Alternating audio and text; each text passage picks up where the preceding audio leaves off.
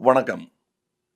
திரு KP அவர்களைப் பற்றி ஒரு குறிப்பிட்ட நாளில் பேச வேண்டும் என்று 9ஆம் தேதி அவர் பிறந்த நாள் என்றெல்லாம் சொல்லி நினைவுபடுத்துகிறார்கள்.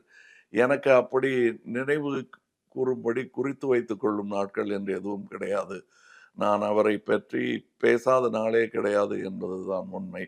என்னைத் தெரிந்தவர்களுக்கு அந்த உண்மை தெரியும். என்னை பொறுத்தவரை திரு கேபி அவர்கள் எனக்கு என் வாழ்வில் சில முன்னேற்றத்தை தந்தார் என்பதற்காக போற்றப்பட வேண்டியவர் மட்டுமல்ல.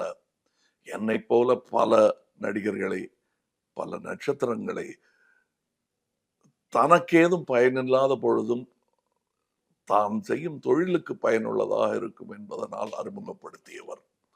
அந்த அளவுக்கு விடாமுயற்சியாக புதுமைகளையும், புது முகங்களையும் அறிமுகப்படுத்திய வேறு எந்த இயக்குனரும் எனக்கு சட்டென்று நினைவுக்கு வரவில்லை.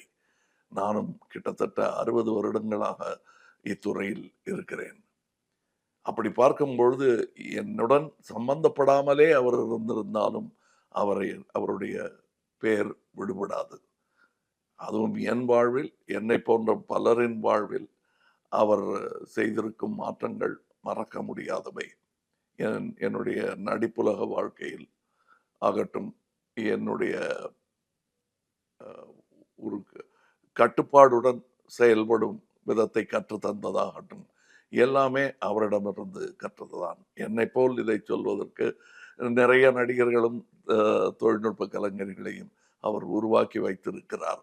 அவர் குடும்பம் என்று சொல்லிக் கொள்ளும் அளவிற்கு அவருடைய வீட்டு காம்பவுண்ட் வாலுக்குள் அடங்காத ஒரு பெரிய குடும்பத்தை அவர் உருவாக்கி வைத்துவிட்டுத்தான் போயிருக்கிறார்.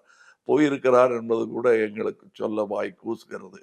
எங்களுடன் இருக்கிறார். அவர் வாழ்க. இன்று அவர் பிறந்த நாள்.